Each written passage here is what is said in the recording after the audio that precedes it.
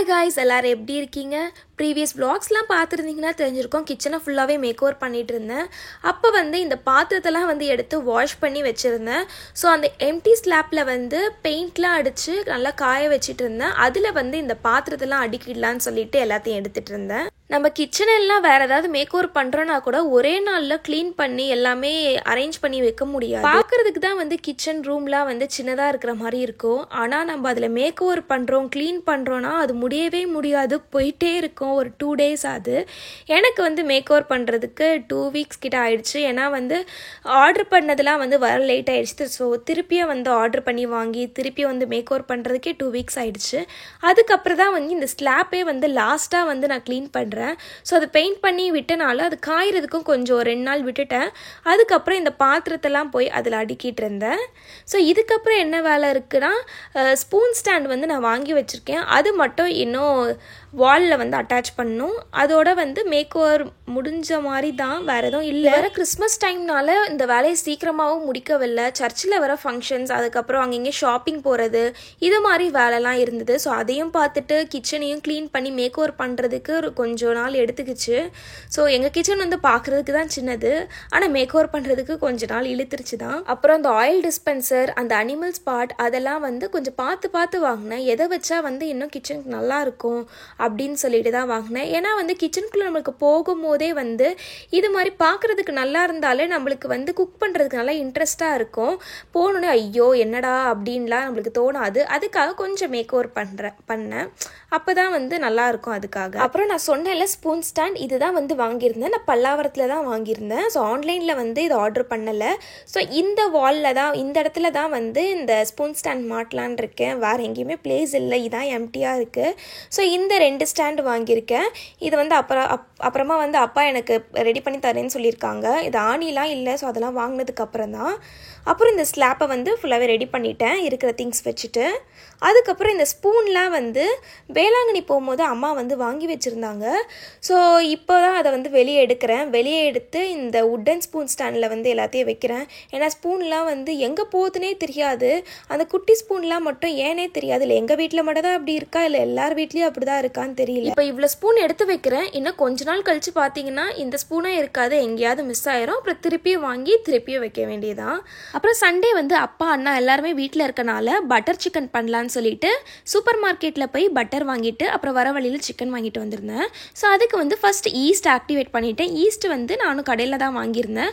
So 1 spoon போட்டுட்டு கொஞ்சமாக sugar போட்டுட்டு சுடு தண்ணி கொஞ்சம் வெதுன்னு ஊற்றிட்டு அதை ஒரு 10 minutes அப்படியே வச்சிடணும். அப்போ தான் ஈஸ்ட் ஆக்டிவேட் ஆயிரும்.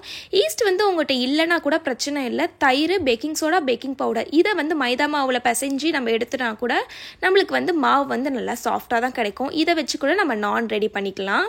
ஸோ நான் ஈஸ்ட் வாங்கிட்டு வந்திருந்தேன். ஸோ ஈஸ்ட்டில் நம்ம ட்ரை பண்ணலாம் எப்படி வருதுன்னு சொல்லிட்டு.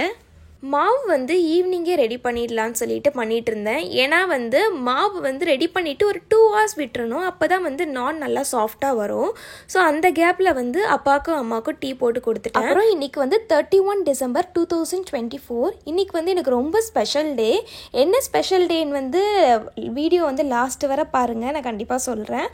அப்புறம் அம்மா எனக்கு சிக்கனை க்ளீன் பண்ணி கொடுத்துட்டாங்க. இப்போ ஈஸ்ட் ஆக்டிவேட் ஆகி ஒரு 10 minutes இருக்கும். இப்போ மைதா மாவு 2.5 cup எடுக்கிறேன். அதில் கொஞ்சமாக உப்பு போட்டுட்டு கொஞ்சமாக எண்ணெய் ஊற்றிட்டு அப்புறம் ஈஸ்ட் ஆக்டிவேட் ஆகிருந்ததில் அதை ஊற்றி மாவை நல்லா பிசைஞ்சு எடுத்துக்கணும். மாவு நல்லா சாஃப்டாக பிசைஞ்சு எடுத்துக்கணும். சப்பாத்திக்கு பிசைகிற மாதிரி தான் பிசையணும். ஆனால் ரொம்ப நேரம் கொஞ்சம் பிசையணும். அப்போ தான் மாவு நல்லா சாஃப்டாகும். அதில் கொஞ்சமாக நெய் ஊற்றிட்டு ஒரு 2 hours அப்படியே விட்டுட்டேன். நெய் இல்லைனா நம்ம எண்ணெய் கூட அப்படியே மேலே அப்ளை பண்ணிவிட்டு விட்டுடலாம். அப்போ தான் மாவு காயாது. அதுக்காக தான் எண்ணெய் இல்லைனா நெய் ஏதாவது ஊற்றணும். அப்புறம் நான் 31 December சொன்னல, அது நான் வீடியோ வாய்ஸ் ரெக்கார்ட் பண்ணி அப்லோட் பண்ண போகிறது தான் 31. இந்த வீடியோ எடுத்தது சண்டே. ஸோ கன்ஃபியூஸ் ஆகிடாதீங்க, என்னடா சண்டே வீடியோ எடுத்திருக்கீங்க ஆனால் 31 சொல்கிறீங்கன்னு. ஸோ நான் அப்லோட் பண்ண போகிற நாள் தான் 31. அதுக்காக தான் அப்படி சொன்னேன். பட்டர் சிக்கன் பண்ணுறதுக்கு ஃபஸ்ட்டு சிக்கனை ஆஃப் ஃப்ரை பண்ணி எடுத்துக்கணும். அதுக்கு சிக்கனில் ஃபஸ்ட்டு மிளகாத்தூள், மல்லித்தூள், கரம் மசாலா, கொஞ்சமாக மஞ்சள், உப்பு தேவையான அளவு, அப்புறம் இஞ்சி பூண்டு பேஸ்ட் ரெடி பண்ணி எடுத்திருக்கேன். அது போட்டுட்டு கொஞ்சமாக தயிர் ஊற்றிட்டு லெமன் ஆஃப் லெமனில் கொஞ்சமாக ஊற்றிட்டு நல்லா மிக்ஸ் பண்ணி எடுத்துக்கணும். மசாலா போட்டதுக்கப்புறம் சிக்கனை ஒரு 1/2 hour அப்படியே விட்டுறணும். அப்போ தான் வந்து மசாலாலாம் சிக்கனில் பிடிக்கும். அதுக்குள்ளே வந்து இந்த பட்டர் மசாலாவுக்கு தேவையான வெஜிடபிள்ஸ்லாம் கட் பண்ணிடலான்னு சொல்லிட்டு பண்ணிகிட்டு இருந்தேன். இந்த பட்டர் சிக்கனுக்கு வந்து 3 வெஜிடபிள்ஸ் தான் தேவை. வெங்காயம், தக்காளி, பச்சை மிளகா. வெங்காயம் வந்து என்கிட்ட கொஞ்சம் சின்னதாக இருந்தனால பெரிய வெங்காயம் வந்து 3 எடுத்திருக்கேன். இது பெருசாக இருந்தால் 2 எடுத்துக்கலாம். தக்காளி வந்து 4 எடுத்திருக்கேன். இதை வந்து கொஞ்சம் பெருசாக தான் கட் பண்ணுறேன். ஏன்னா நம்ம இதை ஃபைன் பேஸ்ட்டாக அரைக்க தான் போகிறோம். ஸோ குட்டியாக இருக்கும், நல்லா வதங்கணும்லாம் தேவையில்லை. அதனால வெஜிடபிள்ஸை கொஞ்சம் பெருசாக கட் பண்ணி எடுத்துக்கிட்டேன்.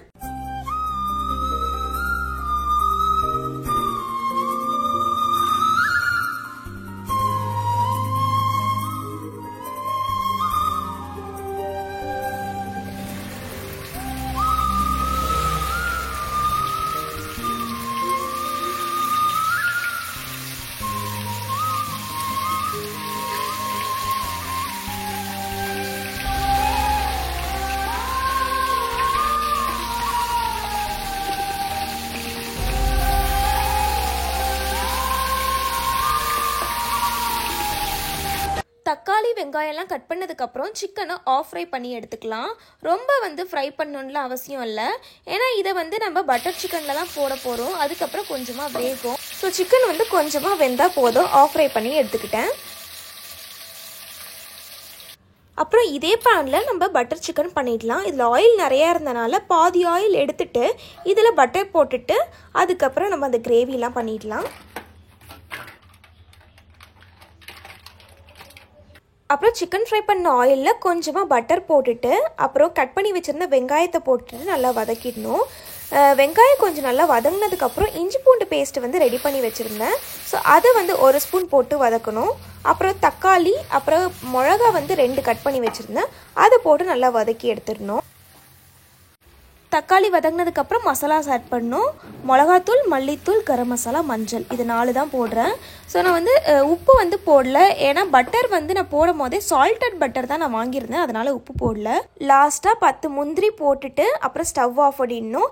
இது ஆறுறதுக்குள்ளே நான் சிக்கனை வந்து ரெடி பண்ணிடலான்னு சொல்லிட்டு பெரிய பீஸ்லாம் வந்து கொஞ்சம் குட்டியாக வந்து பிச்சு வச்சுருந்தேன். ஸோ இந்த கிரேவி, இந்த மசாலா வந்து ஆறிடுச்சு. இதை வந்து மிக்சியில் போட்டு அரைச்சி எடுத்துக்கணும். கொஞ்சமாக வந்து தண்ணி ஊற்றி இதில் அரைச்சிக்கலாம். பட்டர் சிக்கன் பேஸ்ட் ரெடி ஆயிடுச்சு. இப்போ அதே பேனில் கொஞ்சமாக பட்டர் போட்டுட்டு நம்ம அரைச்சி வச்சுருந்த அந்த பேஸ்ட்டை ஊற்றிட்டு அந்த மிக்சியில் வந்து லைட்டாக அந்த பேஸ்ட் இருக்கும், அதில் தண்ணி வந்து லைட்டாக ஊற்றிட்டு அலசி அதில் ஊற்றிடணும். அப்புறம் இந்த பேஸ்ட்டை கொஞ்சம் வேக வைக்கணும்.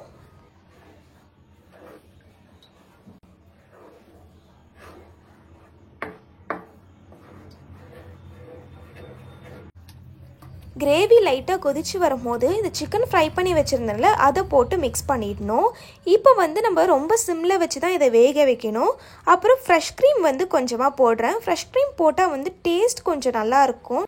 அப்புறம் 2 மினிட்ஸ்க்கு அப்புறம் கொஞ்சமாக கொத்தமல்லி போட்டுட்டு ஸ்டவ் ஆஃப் பண்ணிடணும். அதோட பட்டர் சிக்கன் ரெடி ஆகிடும்.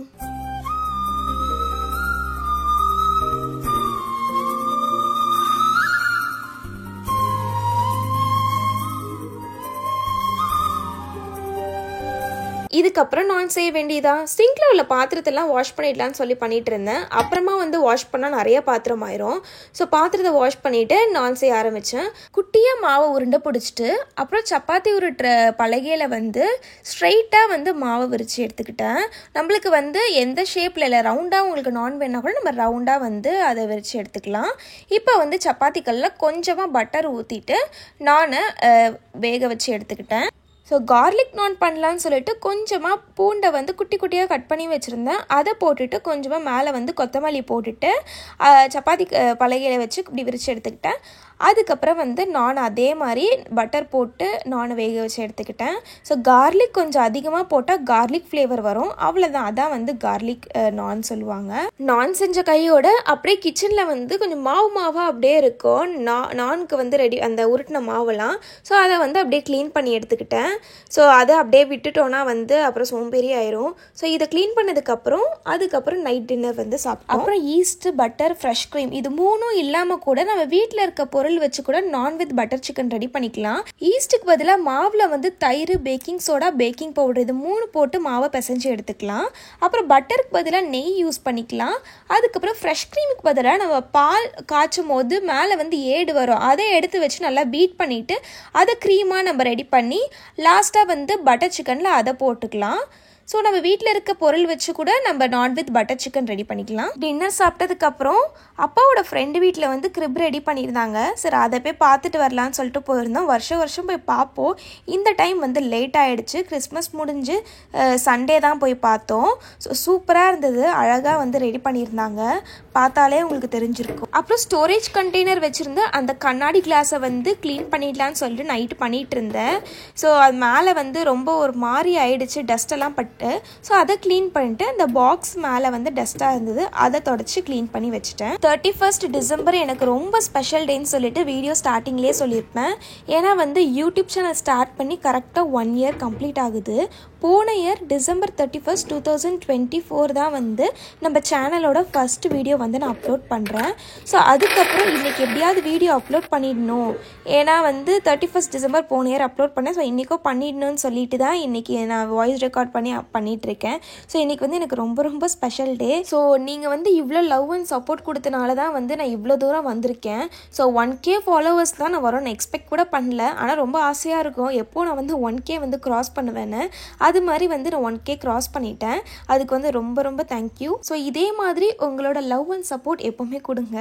அப்புறம் அந்த கிளாஸ்லாம் க்ளீன் பண்ணிவிட்டு ஸ்டோரேஜ் கண்டெய்னர் வந்து எல்லாமே லைனாக வந்து அடுக்கி வச்சேன்.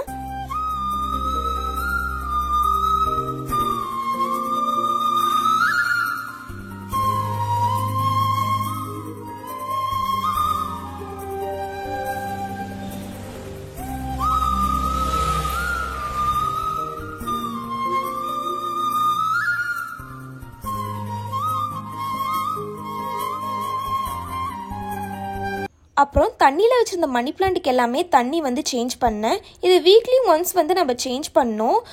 மணி பிளான்ட்டில் வச்சுருக்க அந்த பாட்டை வந்து நல்லா வாஷ் பண்ணிவிட்டு அதுக்கப்புறம் தண்ணி வந்து சேஞ்ச் பண்ணிவிட்டு மணி பிளான்ட் எடுத்து வச்சிடணும். இந்த மணி பிளான்ட்டை வைக்கும் போதே கிச்சன் வந்து பார்க்குறதுக்கே நல்லாயிருக்கும். நான் வந்து பால்கனியில் வந்து நிறைய மணி பிளான்ட் இருந்தது, அதை வந்து கட் பண்ணி வச்சேன். வேரோடு வைக்கல, அதை கட் பண்ணி வச்சுட்டேன். இப்போ வந்து கட் பண்ணி வச்சு ஒரு 1 வீக் தான் ஆகுது, 1 வீக் 2 வீக் இருக்கும். அதில் வந்து இப்போ கொஞ்சமாக வந்து வேர்லாம் விட ஸ்டார்ட் ஆகுது, பார்த்தீங்கனாலே தெரிஞ்சிருக்கும். இந்த வீடியோ உங்களுக்கு பிடிச்சிருந்ததுன்னா இதுவரை சேனலை சப்ஸ்கிரைப் பண்ணாதவங்க சப்ஸ்கிரைப் பண்ணிக்கோங்க. Bye bye.